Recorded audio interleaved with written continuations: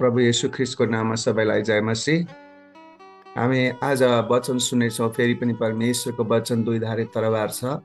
आज हामी परमेश्वरको वचन फेरि पनि उत्पत्तिको पुस्तकबाट नै हेर्नेछौँ। परमेश्वरको वचन हामी हेर्दै गर्दाखेरि आज हामी परमेश्वरको वचन उत्पत्तिको पुस्तक 35 अध्यायमा पुगेका छौँ र आजको परमेश्वरको वचनको एपिसोड रहेको छ 120 र आज हामी हेर्नेछौँ 35 अध्यायको 1 देखि 4 सम्म हामी आज हेर्नेछौँ र 1 देखि 4 सम्म परमेश्वरको वचनमा यसरी लेखिएको छ। त्यसपछि परमेश्वरले याकुबलाई भन्नुभयो, उठेर बेथेलमा जा र त्यहीँ बसोबास गर। तेरो दाजु एसाबाट त भाग्दाखेरि त कहाँ देखा पर्ने परमेश्वरको निम्ति त्यहाँ एउटा वेदी बना। त्यसकारण याकुबले आफ्नो घराना र आफूसित भएका सबैलाई भने, तिमीहरूसँग भएका विदेशी देवताहरू मिल्काइदेऊ र आफूलाई शुद्ध पाएर लुगाहरू फेर। तब हामी बेथेल जाउँ र मेरो दुःखको दिनमा मेरो पुकारा सुन्नुहुने र म जहाँ भए तापनि मसित जहाँ हुनुहुने परमेश्वरको निम्ति त्यहाँ एउटा वेदी म बनाउने छु। त्यसै कारण तिनीहरूले आफूसित भएका विदेशी देवताहरू र आफ्ना कानमा भएका कुण्डलहरू याकुबलाई दिए र याकुबले सकेमको नजिकै भएको फलाटको रूपमुनि ती गाडिदिए। हुन्छ परमेश्वरको वचन पढाइमा र सुनाइमा सबैलाई आशिष मिलेको होस्। हुन्छ यहाँ हामीले आज परमेश्वरको वचन हामी सिक्न गइराखेका छौँ। आज यो खण्डबाट परमेश्वरले हामीलाई के कुरा सिकाउँदै हुनुहुन्छ भन्ने कुरा हामी हेर्नेछौँ र आजको वचनको शीर्षक रहेको छ याकुब आज्ञाकारी भएको। याकुब आज्ञाकारी भएको र आज्ञाकारितामा उसले के गर्न सुरु गर्दछ र हाम्रो पहिलो पोइन्टमा हामी हेर्नेछौँ र पहिलो पदबाट लिएको छु र पहिलो पोइन्टमा भन्नेछौँ परमेश्वरले याकुबलाई बेथेलमा फिर्ता बोलाउनुहुन्छ। परमेश्वरले याकुबलाई बेथेलमा फिर्ता बोलाउनुहुन्छ। किन चाहिँ बेथेलमा फिर्ता बोलाउँदै हुनुहुन्छ? अहिलेसम्म के परमेश्वरले यो पहिलो पटक परमेश्वरले बेथेलमा फिर्ता बोलाउनु भएको हो त याकुबलाई? किन याकुबलाई पटक पटक बोलाएको भए त पनि उ भएन? तर चाहिँ अहिले चाहिँ परमेश्वरले कसरी बोलाउँदै हुनुहुन्छ? कहाँ छ याकुब र बोलाउँदै हुनुहुन्छ? अनि हामी यो खण्डलाई हेर्नेछौँ र पहिलो खण्डको पहिलो पोइन्टमा भनिएको छ, पहिलो पोइन्टको पहिलो खण्डमा भनिएको छ, उठ बेथेलमा गएर बस। उठ बेथेलमा गएर बस। अर्थात् पुरै योभन्दा अगाडि हामी हेऱ्यौँ भनेदेखि यसको प्रसङ्गमा हामी हेर्दाखेरि सकेम भन्ने ठाउँमा छ। सकेम भन्ने ठाउँमा जुन परमेश्वरले उसलाई जसै एसाबबाट छुटिँदा एसाबबाट डरै डर थियो, त्यो डर परमेश्वरले हटाइदिनु भयो। एसाब मिलापमा आयो। त्यसपछि आएर एसाबको मिलाप पछि एसाबले घर जाउँ भाइ भन्दाखेरि तपाईँ जाँदै गर्नु, म बिस्तारै आउँछु केटाकेटी अनि यो पशुहरूलाई लिएर भनेर ऊ दक्षिणतिर एसाब गयो, तर ऊ आफू चाहिँ के गरेर उत्तरतिर गएको हामी देख्दछौँ। अनि तर ऊ सुक्कोत भन्ने ठाउँमा गयो। सुक्कोतबाट फेरि पनि ऊ अन्ततगत के गर्यो त भन्दा सकेम भन्ने ठाउँमा गएर सहरको नजिकै बसेको कारणले गर्दाखेरि उसलाई त्यहाँ नानाभाँतीका समस्याहरू आएको छ। ती नानाभाँतीका समस्याहरू यति धेरै खतरनाक छन्। उसको छोरीको बलात्कार भएको छ, अपहरण भएको छ, अनि सबै कुराहरूलाई लिएर हेर्दाखेरि त्यहाँ हामी के देख्दैछौँ भनेदेखि त्यो सकेममा उसको छोरी दिनाको अपहरण र बलात्कार भएको कारणले गर्दाखेरि याकुबको छोराहरू रिसाएर त्यो सकेमका सहरका सबै पुरुष मानिसहरूलाई विनाश गरेका छन्। त्यसैले योभन्दा अगाडि हामीले भनेका थियौँ सकेम सहरको नरसंहार। सकेम सहरको नरसंहार हामीले भनेका थियौँ। अनि त्यस्तै गरिकन यहाँ त्यही प्रसङ्गमा अनि ऊ चाहिँ डरारको अवस्था छ र त्यसरी नरसंहार गरिसकेपछि आफ्नो छोराहरूलाई याकुबले भन्दछ, तिमीहरूले त अब मलाई खतम पार्ने भयो अनि मलाई चाहिँ दुष्ट्याइको एउटा के भनेदेखि पगरी गुताइदियो, किनभने अब मानिसहरूले यी सबै तिमीहरूले मानिसहरूलाई मारेको हुनाले अब मानिसहरू उठेर हामीलाई नै खतम गर्नेछन् भनेर याकुबले भनिसकेको अवस्थाले हामी बुझ्दछौँ कि याकुब डरै डरको अवस्थामा रहेको छ। र यसरी डरै डरको अवस्थामा रहेको जुन याकुब छ, अनि अब उसलाई त्यही बेलामा परमेश्वर फेरि पनि बोल्नुहुन्छ र भन्नुहुन्छ उठ बेथेलमा गएर बस।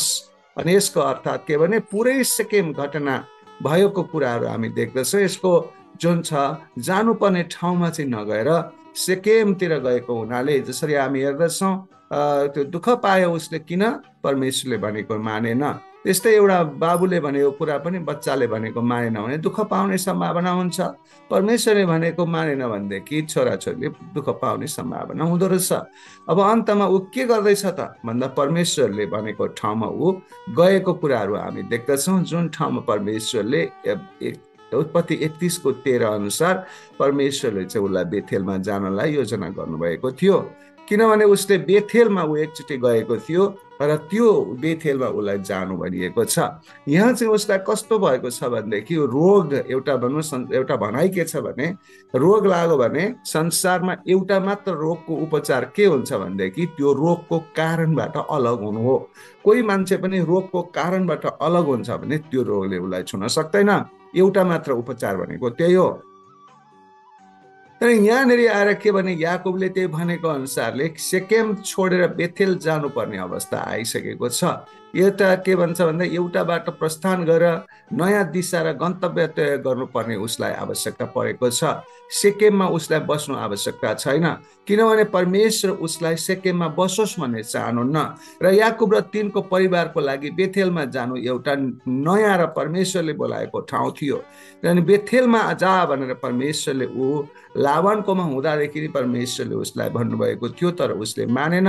र लाबानकोमा घरबाट निस्केर जाँदाखेरि चाहिँ उसले त्यहाँ बेथेलमा बास बस्दाखेरि चाहिँ उसले परमेश्वरले उसलाई दर्शन दिनुभएको थियो। त्यो दर्शन दिनुभएको अनुसारले ऊ फेरि फर्केर आउनेछु, दशान्त चढाउनेछु, अनि त्यो उसको सिरानी लगाएको ढुङ्गा त्यहाँ गाडेको थियो स्तम्भको रूपमा। अनि यी सबै घटनाहरू हेर्दा म बेथेलको परमेश्वर हुँ, तँलाई बेथेलमा भेटेको परमेश्वर हुँ भनेर परमेश्वरले त्यसरी बताउनु भएको कुरालाई उसले बिर्सिएको कुरा छ। किनभने ऊ याकुब थियो, इजरायल बनाउनु भएको थियो परमेश्वरले, तर ऊ याकुबै बसिरहेको अवस्था थियो। याकुब भनेको पुरानो जीवन, छली जीवन, इजरायल भनेको नयाँ जीवन, परमेश्वरले राज्य गर्ने जीवन, अनि ऊ त्यसमा लागि परेको थिएन। त्यसले गर्दाखेरि चाहिँ हामी के बुझ्न सक्छौँ भनेदेखि हामीहरूको पनि जीवन बप्तिस्मा लिए तापनि, परमेश्वर विश्वास गरे तापनि कतिपय अवस्थामा हामी पुरानै जीवन अनुसारको जिन्दगी जिउँदछौँ। अनि यो पुरानै अवस्थाको जिन्दगी जिउँदा चाहिँ अटेरी अवस्थाको छली र अटेरी जीवन हामी जिउँदछौँ परमेश्वरमा। भने याकुब र उसको परिवारले कसरी एकदमै दुःख पाएका थिए, त्यस्तै योनाले पनि अटेरी जीवन जिउँदाखेरि उसको कारणले उसले मात्रै होइन, उसको वरिपरिको सबै मानिसहरूले दुःख पाएको कुरा हामी देख्दछौँ। अन्ततगत परमेश्वरले आफूले प्रयोग गर्नुपर्ने मानिसलाई गर्नुहुन्छ प्रयोग, उहाँ त सर्वशक्तिमान हुनुहुन्छ। त्यसै कारणले गर्दाखेरि परमेश्वरमा नै हामी आज्ञाकारी हुन जरुरी हुन्छ भन्ने कुराहरू यसबाट हामी देख्दछौँ। र परमेश्वरले जसरी याकुबलाई फेरि बेथेलमै जा भनेर भन्नुभएको छ, त्यस्तै हामीलाई पनि परमेश्वरले म कहाँ आऊ भनेर भनिरहनुहुन्छ। हामी हेर्छौँ भने 34 अध्याय हामीले योभन्दा अगाडि हेऱ्यौँ। 34 अध्याय चाहिँ उत्पत्तिको पुस्तक भरिको यस्तो अध्याय हो जुन अध्यायमा परमेश्वरको नाम एउटा पनि छैन। उत्पत्ति 34 अध्यायमा एकपटक पनि परमेश्वरको उल्लेख भएको छैन। यस्तो अध्याय हो त्यो, र इजरायलको इतिहासको एकदमै घिनलाग्दो अध्याय मध्ये एक पनि हो। र किनभने यसमा सबै पापका कुरा गरिएको छ, सबै नराम्रो घटना घटिएको छ, परमेश्वरबाट बिछोड भएको अवस्थाको कुराहरू छ। त्यस्तै तर त्यसको ठिक उल्टो हो उत्पत्ति 35ले जुन अहिले हामी हेर्दैछौँ। उत्पत्ति 35ले चाहिँ 10 पटक भन्दा बढी पटक बेथेल र इजरायल जस्ता नामहरूमा के गरिएको छ भनेदेखि थप 11 पटक परमेश्वरलाई बारम्बार उल्लेख गरिएको छ। बारम्बार परमेश्वरलाई बेथेल, इजरायल, परमेश्वर भनेर यहाँ 35 अध्यायमा चाहिँ पटक पटक के भनिएको छ त भन्दाखेरि उल्लेख गरिएको छ।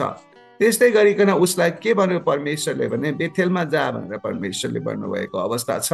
डराएको अवस्था पनि छ, तर अब परमेश्वरले भनेको कुरा मान्नुपर्ने आवश्यकता र अवस्थामा उपुगेको छ। त्यस्तै गरिकन पहिलो पोइन्टको दोस्रो खण्डले भन्दछ त्यहाँ परमेश्वरको लागि एउटा वेदी बनाउनु, त्यहाँ परमेश्वरको लागि एउटा वेदी बनाउनु। अर्थात् याकुबलाई बेथेलमा फर्केर त्यहाँ उपासनाको जीवन पुनः सुरु गर्न भनिएको थियो। अर्थात् परमेश्वरले त्यहाँ के भन्नुभएको छ, बेथेलमा गएर वेदी बनाउनु। वेदी त सकेममा पनि बनाएको थियो। यसको मतलब के हो त भन्दा सकेममा त कुनै त्यस्तो काम भएन, तर चाहिँ के भनेदेखि नराम्रो मात्रै घटना घट्यो। तर परमेश्वरले उसलाई सकेममा गएर वेदी बना भनेकै थिएन। जुन ठाउँमा परमेश्वरले वेदी बनाएर उपासना गर्नको लागि बनाइयो त्यहाँ त परमेश्वर त त्यहाँ मन पराउनुहुन्न। तर परमेश्वरले यहाँ भन्नुभएछ त चाहिँ बेथेलमा गएर एउटा वेदी बना। र याकोबले त्यो वेदी बनाउनुको मतलब के हो त, बनाउनु पर्ने चाहिँ किन त भन्दाखेरि बेथेलमा फर्केर त्यहाँ उपासनाको जीवन जी भनेर भनिएको हो। अनि त्यहाँ परमेश्वरले नै उपासना भनेको के, आराधना, आराधना उपासना वर्शिप हामी भन्छौँ। अनि यही कुरा चाहिँ के भनेदेखि उपासनाको जीवन पुनः सुरु गर्नलाई भनिएको थियो। कतिपय अवस्थामा याकोबले उपासना गरेन, परमेश्वरलाई वास्ता गरेन, आज्ञाकारी भएन, बिर्सियो। त्यस्तो भएपछि उसले दुःख पायो। अब परमेश्वरले उपाय दिँदै हुनुहुन्छ, उसको लागि अब उपाय केही पनि छैन। त्यसकारण परमेश्वरले बेथेलमा गएर त्यहाँ के भन्छ के बना त भन्दा वेदी बना भनेर यसरी भनिएको छ। उपासना गरेर बस भनिएको छ। परम प्रभुमा यो फिर्ता विशेष गरी याकोबका सन्तानहरूमा राम्रो प्रभाव पार्नेछ यसले भविष्यमा पनि। किनभने परमेश्वरले अब गाइड गर्दै हुनुहुन्छ। परमेश्वरले गाइड गरेकोमा ऊ हिँड्न लागेको छ।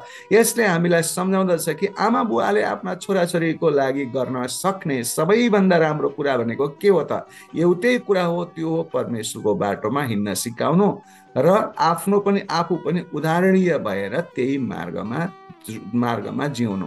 यो कुरा के छ त भन्दा बच्चाहरूको अगाडि हामीले त्यो गर्नुपर्दछ। याकोबले पनि यदि त्यस्तो काम गरेको छली गर्न नगरेको भएदेखि अनि उसका छोराछोरीहरू पनि राम्रो हुन्थ्यो होला। तर यहाँ राम्रो भएको कुरा हामी देखेनौँ। याकोबले परमेश्वरसँगको आफ्नो हिँडाइ फर्केर हेर्दा बेथलेहममा परमेश्वरसँगको पहिलो भेट एउटा उच्च बिन्दु भए जस्तो हुनु पर्दछ भन्ने भएको थियो। जस्तो उत्पत्तिको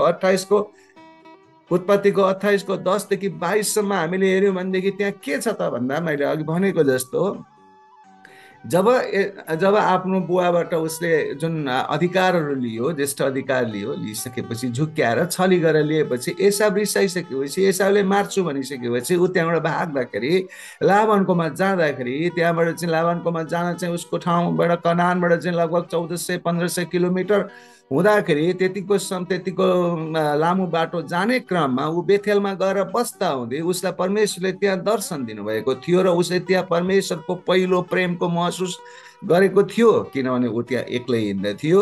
सम्भवतः ऊ त्यहाँ एक्लै हिँड्दथ्यो र एक्लै सुतिरहेको थियो। अनकन्टा जङ्गल थियो, बाटोमा एक्लै कस्तो अवस्था थियो होला। अनि त्यस्तै एसावको डर छँदै थियो। अनि त्यस्तो अवस्थामा ऊ सुतेको थियो। अनि एउटा ढुङ्गालाई सिरानी लगाएर सुतेको थियो। त्यहाँ परमेश्वर देखा पर्नुभयो, उसँग कुराकानी गर्नुभयो। अनि त्यहाँ उसले यस्तो परमेश्वरको कसैले पनि प्रेम नगरेको अवस्थामा उसले परमेश्वरको प्रेमको महसुस गरेको हामी देख्दछौँ।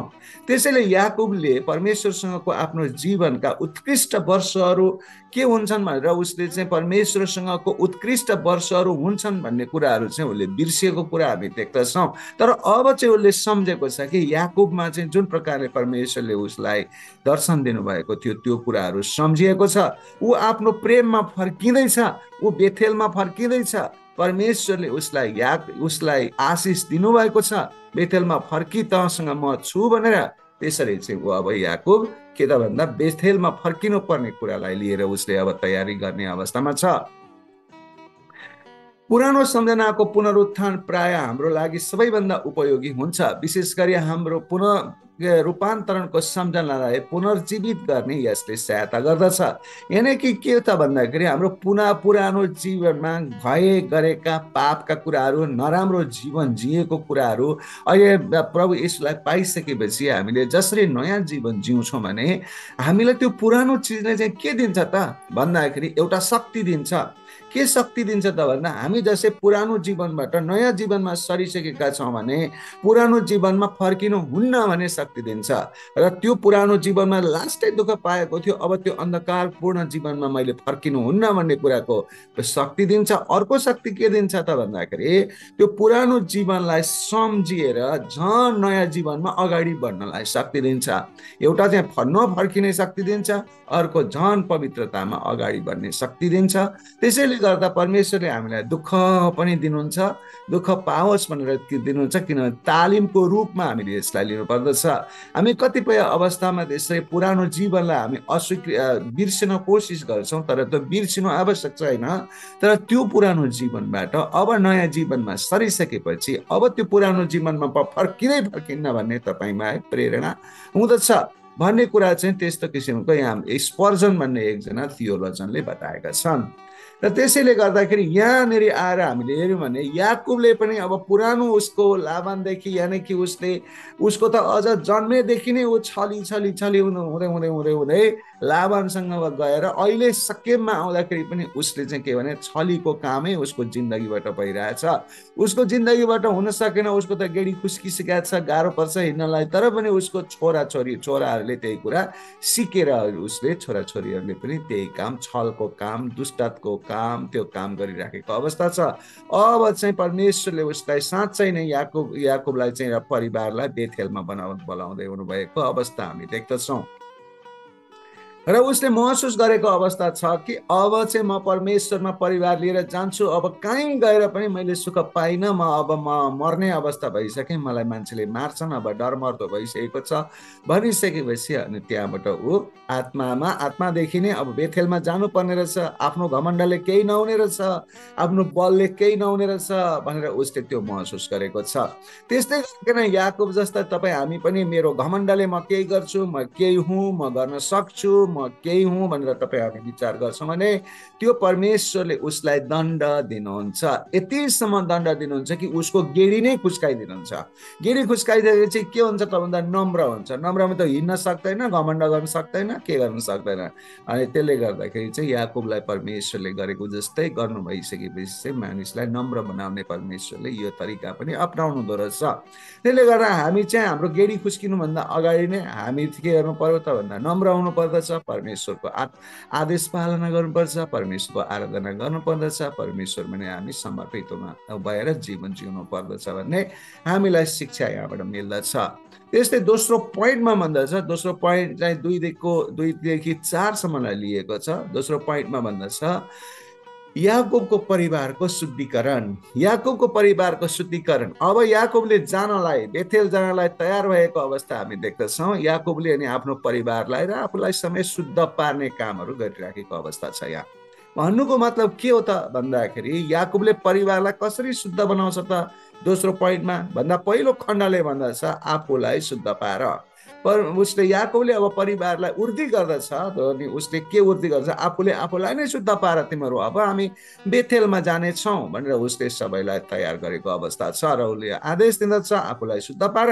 कसरी शुद्ध पार्ने त भन्दाखेरि यहाँ शुद्ध पार्ने तरिका दिएको छ कि त्यो के छ भन्दा तिमीहरूसँग भएका विदेशी देवताहरूलाई हटाओ। तिमीहरूसँग भएका विदेशी देवताहरूलाई हटाई आफूलाई शुद्ध पार। ल, विदेशी देवताहरूलाई हटाई शुद्ध पार भनेको मतलब त्यहाँ याकुबले लास्टै दुःख पाउनुको अर्थ त के भने उसको परिवारको मानिसहरूसँग विदेशी देवताहरू पनि ल्याएका थिए। राहेलले ल्याएको थियो र चाहिँ उसले त्यो राखेकी थिए, अनि कुण्डलहरू लगाएका थिए, अनि त्यस्ता किसिमका कुराहरू चाहिँ विदेशी देवताहरू मन्त्र तन्त्र फन्त्र गरेका जस्तै कुण्डल फुण्डलहरू छन्, ती सबै कुराहरू चाहिँ उनीहरूले प्रयोग गरिराखेको अवस्था थियो। किनभने तिनीहरूले माया गर्थे, तिनीहरू मन पराउँथे, राम्रा थिए। अनि त्यसले गर्दाखेरि चाहिँ के भन्थे, उनीहरूले के गरे त भन्दाखेरि आफूसँगै राखेका थिए र यसरी विदेशी देवताको मूर्तिहरू समेत पूजा गर्ने याकुबका सन्तानहरू भएको हुनाले गर्दाखेरि त्यहाँ कष्ट आएको कुराहरू हामी देख्दछौँ। फेरि पनि अब यो कुरालाई हाम्रो जिन्दगीमा पनि हामीले हेऱ्यौँ भने हामी के गर्छौँ भन्दा प्रभु त भन्छौँ, तर एकातिर मूर्ति पूजा पनि गरिराखेका हुने अवस्थामा छौँ। त यदि छौँ त्यस्तो हो भने हाम्रो परिवारमा त्यसमा के भने अशान्तिहरू आउँदछ, शान्ति हुँदैन। त्यसले गर्दा अहिले चाहिँ याकुबले के महसुस गर्दैछ भनेदेखि अब शुद्ध पार्नुपर्ने रहेछ। त्यसैले गर्दा उसलाई कसरी शुद्ध पार्यो भने त ती विदेशी देवताहरूलाई हटाओ र आफूलाई शुद्ध पार। फेरि पनि यहाँ भन्न खोजिएको कुरा के छ भने याकुब आफैले परिवारको नेतृत्व गरेपछि मात्र याकुबको परिवारले परमेश्वरसँग सही प्रकारले जिउने मार्ग तयार गर्न सक्यो।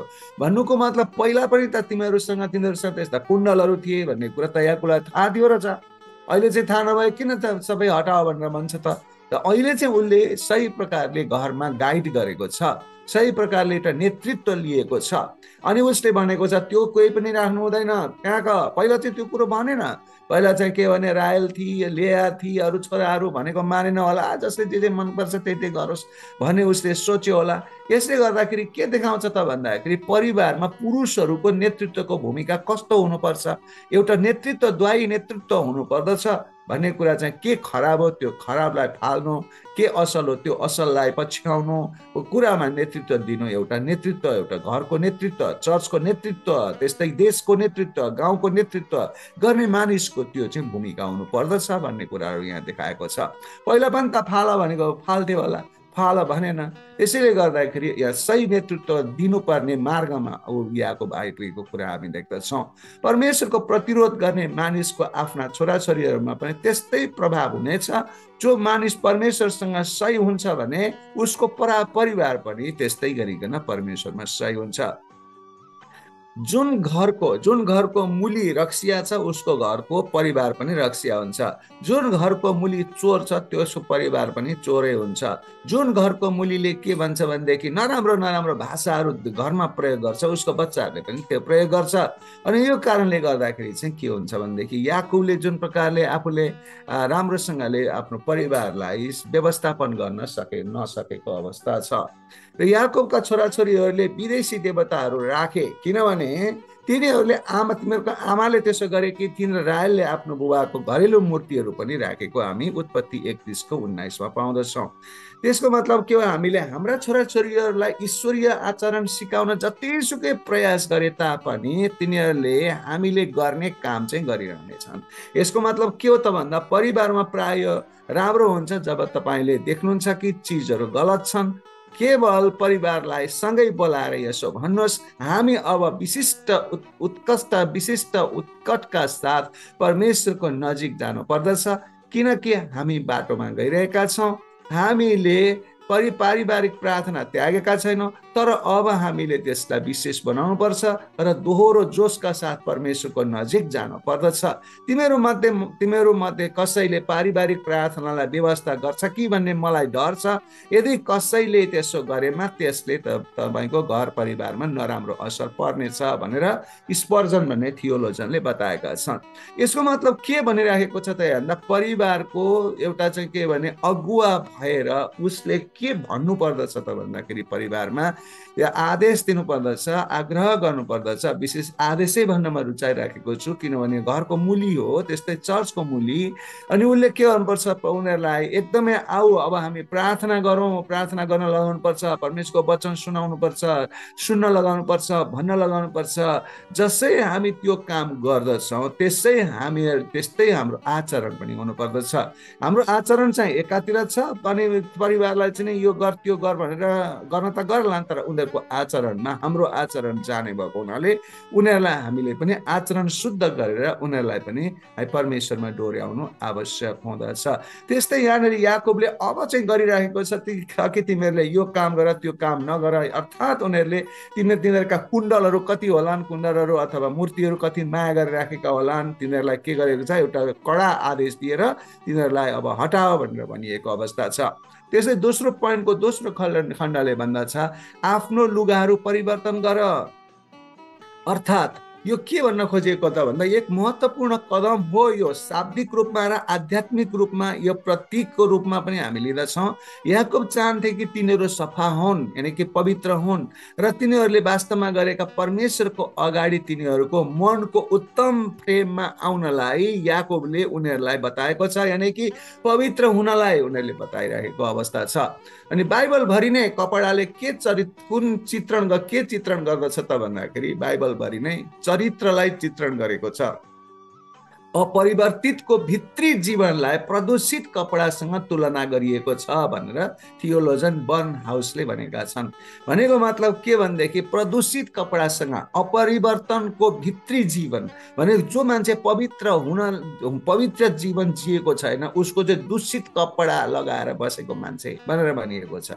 अनि जब हामीले भन्दछौँ दूषित कपडा फोहोर कपडा लगाएर बसेको रहेछ यो मान्छे भन्यो भने भित्र उसको के भनेदेखि अशुद्ध आत्मा छ, परमेश्वरमा सही मार्गमा छैन भन्ने कुराहरू बाइबलबाट हामी यो एलोगोरिकल्ली हामी यसरी बुझ्दछौँ।